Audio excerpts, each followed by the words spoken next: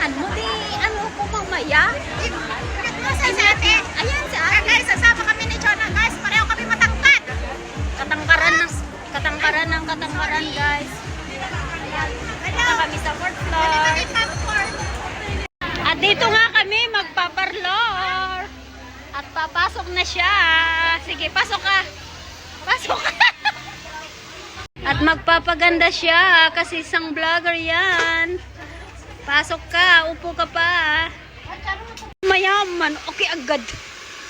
May bawas naman. Alis na muna ako siya magpapariban. Ayan, sino ba kayo hindi ko nakita? Alam mo kung bakit ako pariban? Bakit? Kasi maganda.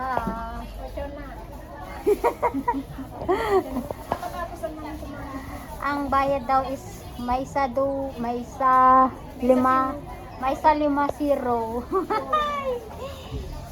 Okay lang naman kasi pamper yourself. Ika nga. Pero masahod ko ba ito?